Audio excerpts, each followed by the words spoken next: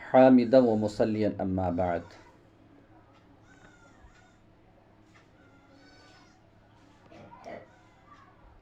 فاعوذ باللہ من الشیطان الرجیم الذی خلق الموت والحیاة لیبلوکم ایکم احسن عملا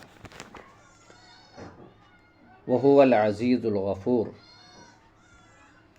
رب اشرح لی صدری ویسر لی امری واحلل عقدۃ من لسانی یفقهوا قولی اللہم رب زدنی علما وارزقنی فہما۔ آج کے درس میں قرآن میں انسانوں کی ہدایت اور گمراہی کا فلسفہ اس موضوع کی مناسبت سے باتیں ہوں گی۔ اللہ تعالیٰ سے دعا ہے کہ الہ العالمین تو مجھے کہنے کے ساتھ ساتھ عمل کرنے کی توفیق عطا فرما، اور ہم تمام سامعین کو، سننے والوں کو سننے کے ساتھ ساتھ عمل کرنے کی بھی توفیق عطا فرما۔ اللہ تعالیٰ نے جب انسانوں کو پیدا کیا تو ان کو دو طرح کی صلاحیت سے نوازا۔ ایک صلاحیت انتہائی نیک، متقی اور اچھے انسان بننے کی، اور دوسری حد درجہ بدمعاش، بدکار اور ظالم بن جانے کی۔ اور پھر اس کو جو سمجھ اور عقل دی، اس کی بنیاد پر اس کے اندر یہ تمیز رکھ دی کہ وہ خود فیصلہ کرے کہ وہ اچھا آدمی بن کر جینا چاہتا ہے یا برا آدمی بن کر۔ یعنی کوئی بھی انسان کسی کے دباؤ میں آ کر اچھا یا برا نہیں بنتا، بلکہ یہ خود اس کا اپنی فیصلہ اور پسند ہوتی ہے۔ ہاں، یہ الگ بات ہے کہ دنیا میں پیدا ہونے والا ہر انسان شروع میں جن لوگوں کے ساتھ اور جس ماحول میں رہتا ہے ویسا ہی بنتا ہے، لیکن پھر بعد میں اس تعلیم و تربیت کو وہ یا تو بھول جاتا ہے یا حالات اسے ان چیزوں سے غافل کر دیتے ہیں، اور وہ نئے حالات اور ماحول میں نئے انداز سے اپنی زندگی گزارنے کا فیصلہ خود کرتا ہے۔ مثال کے طور پر ایک بچہ مدرسے کے دینی ماحول میں تعلیم پاتا ہے، لباس، وضع، قطع، سوچ فکر، سمجھ بوجھ، سب کچھ ایک الگ انداز کی اسے ملتی ہے۔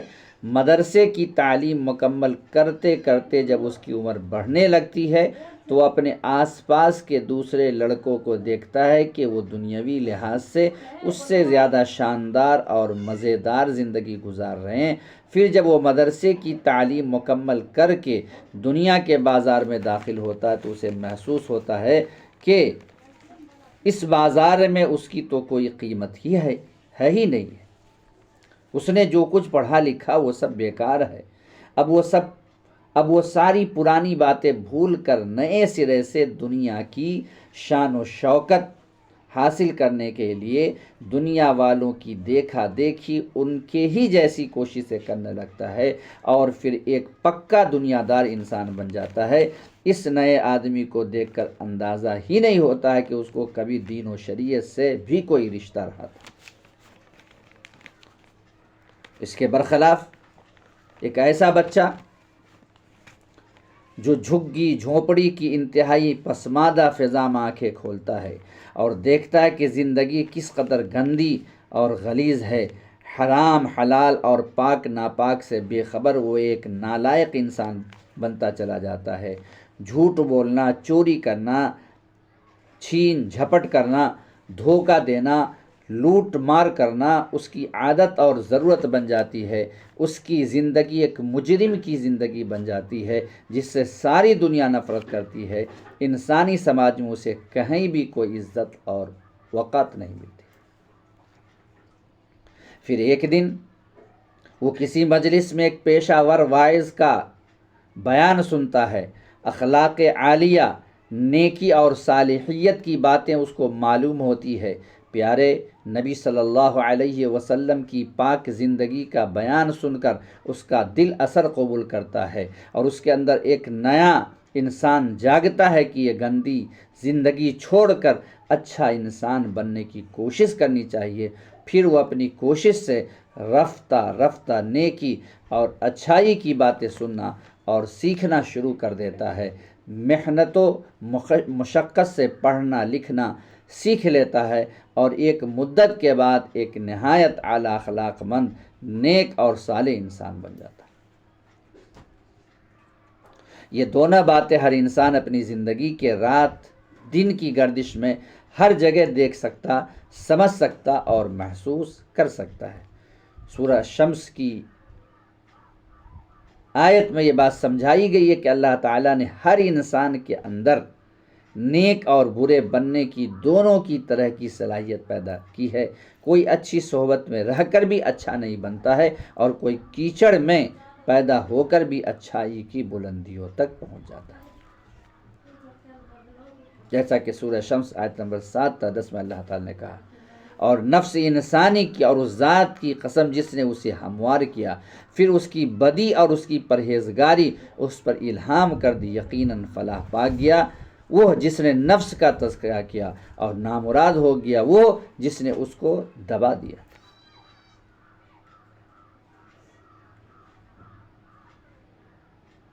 در حقیقت نمبر 2، در حقیقت تم لوگوں کی کوششیں مختلف قسم کی ہیں، تو جس نے اللہ کی راہ میں مال دیا اور اللہ کی نافرمانی سے بچا اور بھلائی کو سچ مانا، اس کو ہم آسان راستے کی سہولت دیں گے، اور جس نے بخیلی کی اور اپنے اللہ سے غافل رہا اور بھلائی کو جھٹلایا، اس کو ہم سخت راستے کی سہولت دیں گے، اور اس کا مال آخر اس کے کس کام آئے گا جب کہ وہ ہلاک ہو جائے۔ بے شک راستہ بتانا ہمارے ذمہ ہے۔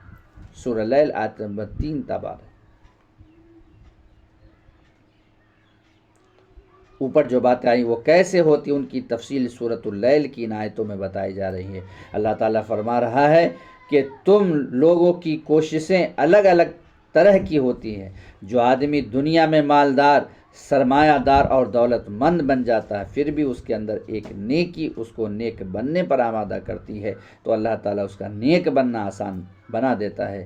نیک انسان کی پہچان یہ بتائی جا رہی ہے کہ وہ اپنا مال صرف اپنے لیے جمع کر کے نہیں رکھتا ہے، بلکہ اللہ کو خوشنودی، اللہ کی خوشنودی اور رضامندی نیز اس کے قہر و غضب سے بچنے کے لیے محتاج، مجبور، ضرورت مند بندوں کو دیتا رہتا ہے، اور اس طرح بھلائی کو اپنے عمل سے کیسے سچ کر کے دکھایا جاتا ہے وہ ثابت کرنے لگتا ہے، تو اللہ تعالیٰ اس کے لیے ان راہوں پر چلنا آسان بنا دیتا ہے۔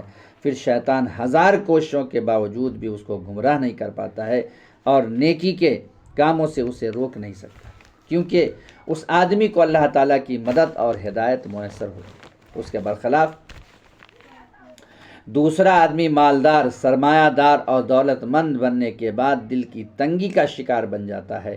مال خرچ کرنے کی جگہ اسے سینت کر رکھنے اور بڑھانے کی فکر میں لگا رہتا ہے۔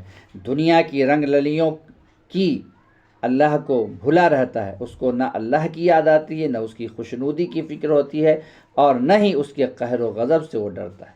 نیکی کے کام کرنے کو وہ رقت کی بربادی اور بدعقلی سمجھتا ہے، نیکی کے کام کرنے کو وقت کی بربادی اور بدعقلی سمجھتا ہے، ضرورت مندوں کی مدد کرنے کو وہ دولت کی بربادی جانتا ہے اور کبھی کسی محتاج کی مدد نہیں کرتا۔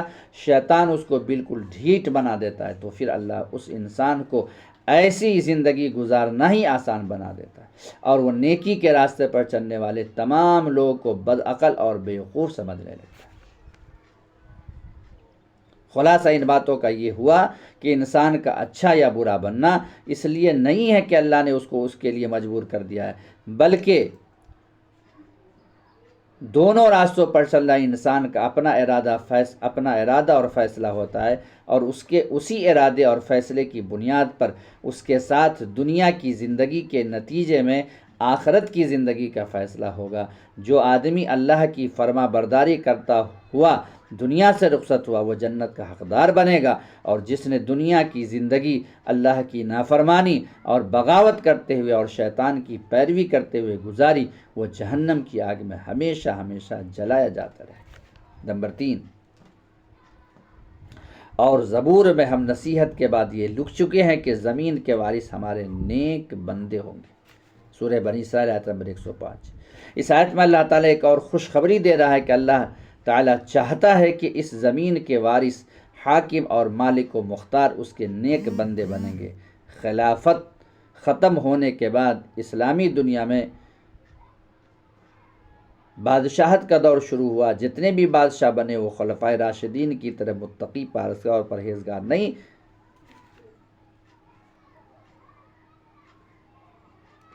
لیکن مسلم سماج دین پر قائم تھا اور زندگی کے معاملات شریعت کی پابندی کرتے ہوئے گزر رہے تھے۔ اس کی برکت یہ ہوئی کہ دنیا میں مسلمان 1000 سال تک حکومت کرتے رہے، یہاں تک کہ ہمارے ملک میں انگریزوں کے آنے اور حکومت کرنے سے پہلے نیک مسلمانوں کی تعداد زیادہ تھی۔ زندگی سادہ اور صاف ستھری تھی، زندگی میں خوشگواری اور مزیداری تھی، لیکن رفتہ رفتہ دنیا میں پڑھنے لکھنے اور سائنس کی بنیاد پر صنعتی ترقی ہونے لگی، زندگی آسان اور عیش و عشرت والی ہوتی چلی گئی۔ امت مسلمہ میں بے دینی کا رجحان بڑھنے لگا اور غیروں کی دیکھا دیکھی، دولت کی ہوس اور دنیا پرستی کی بیماری پیدا ہونے لگی۔ پہلے اپنی صلاحیت بڑھانے، قابلیت پیدا کرنے، عقل مند اور تجربہ کار بننے کے لیے علم اور زبان و ادب پڑھنے سیکھنے سکھانے کا رواج تھا، لیکن نئے دور میں اسکول اور کالج کی پڑھائی کا مقصد نوکری حاصل کرنا بن گیا۔ نوکری کے لیے اردو زبان سے کوئی مدد ملنے والی نہیں تھی، اور حکومت نے بھی اردو دشمنی میں اسکولوں میں اردو پڑھانے کا رواج ختم کرنا شروع کر دیا۔ دنیا پرست بد عقل اور نادان مسلمانوں نے اپنے بچوں اور بچیوں کو اردو پڑھانا چھوڑ دیا کہ اس سے تو نوکری ملنے والی ہی نہیں۔ نتیجہ یہ ہوا کہ اس وقت موجودہ مسلم نئی نسل اردو زبان سے بھی بے بہرہ اور انجان ہے۔ نمبر 4، آخرکار نوبت یہاں تک پہنچی کہ ذلت اور خواری ان پر مسلط ہو گئی اور اللہ کے غضب میں گر گئے۔ یہ نتیجہ تھا اس کا کہ وہ اللہ کی آیات کا انکار کرنے لگے۔ یہ نتیجہ تھا کہ ان کی نافرمانیوں کا، اور اس بات کا کہ وہ شریعت کی حدود سے نکل جاتے تھے۔ سورہ بقرہ آیت نمبر 61۔ اس آیت میں بنی اسرائیل یعنی یہودی قوم کی نافرمانی اور اللہ کے عذاب کا ذکر ہے، لیکن اس وقت چونکہ مسلمانوں نے بھی یہودیوں جیسا رویہ اپنا رکھا، اس لیے اللہ نے مسلمانوں کو بھی اسی عذاب کا شکار بنا دیا۔ اردو سے ناطہ توڑنے کے سبب قرآن اور دینی کتابوں کے پڑھنے کا رواج بھی ختم ہوتا گیا، اور اب نئی مسلم نسل کافر و مشرک کی طرح دین اسلام سے ناواقف ہے۔ اللہ نے اس کی سزا یہ دی کہ مسلمان پورے ملک میں غیر مسلم قوم کے غلام بن گئے۔ غلامی کا اب یہ عالم ہے کہ مسلمانوں کا سیاسی لیڈر ہو یا کسی مذہبی جماعت کا امام و امیر ہو یا کسی خانقاہ کا پیر ہو، سب کے سب باطل کے آگے سر جھکانے، ان کے دربار میں حاضری دینے پر مجبور ہیں اور غلام بن کر زندگی گزارنے پر خوش ہیں۔ داڑھی رکھنا، ٹوپی پہننا، ہتھیار رکھنا، سب کچھ غیر قانون بن گیا۔ نوکری کرنے والے 5 وقت کی نماز تو دور، جمعہ کی نماز بھی نہیں پڑھ سکتے ہیں، اور تماشا یہ ہے کہ اس پر ملت کا نہ افسوس ہے نہ ملال۔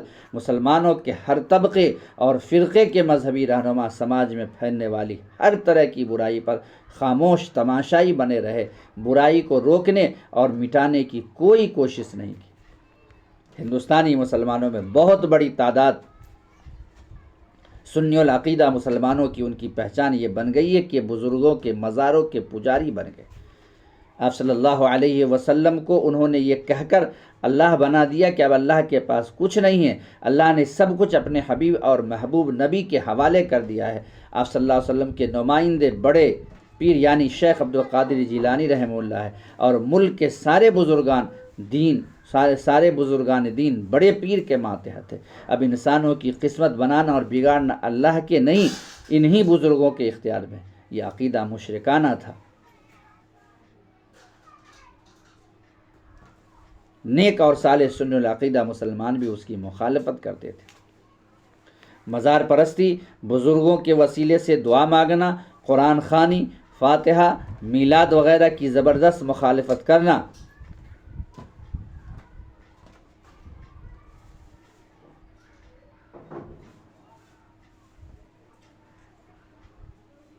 یہ ہمارا شیوا تھا۔ لیکن پھر ہم جو ہے خود دنیا داری، دولت کی ہوس، حلال حرام سے غفلت، جھوٹ فریب، وعدہ خلافی، عہد کے خلاف ورزی، ظلم و زیادتی، جائیداد کے بٹوارے کی بے ایمانی جیسی جتنی برائیاں تھیں ان کی طرف سے ان کی توجہ ہٹ گئی۔ مزار پرستی کی مخالفت کرنا ان کے نزدیک ہمارے نزدیک ثواب کا کام بن گیا، لیکن اپنے گناہوں پر شرمندہ ہونا، ان سے توبہ کرنے کی ذرا بھی فکر اور فرصت نہیں رہا۔ چنانچہ معروف و منکر جو دین کا سب سے اہم فریضہ تھا، اس کی طرف سے سبوں نے غفلت کرنی شروع کر دی، جبکہ قرآن میں اس کی شدید تاکید ہے کہ تم میں کچھ لوگ ایسے ضرور ہونے چاہیے جو نیکی کی طرف بلائیں، بھلائی کا حکم دیں اور برائیوں سے روکتے رہیں۔ جو لوگ یہ کام کریں گے وہی فلاح پائیں گے۔ سورہ آل عمران آیت نمبر 104۔ اب دنیا میں وہ بہترین گروہ تم ہو جسے انسانوں کی ہدایت اور اصلاح کے لیے میدان میں لایا گیا۔ تم نیکی کا حکم دیتے ہو، بدی سے روکتے ہو اور اللہ پر ایمان رکھتے ہو۔ نبی صلی اللہ علیہ وسلم نے بھی اس بات کی سخت تاکید کی ہے۔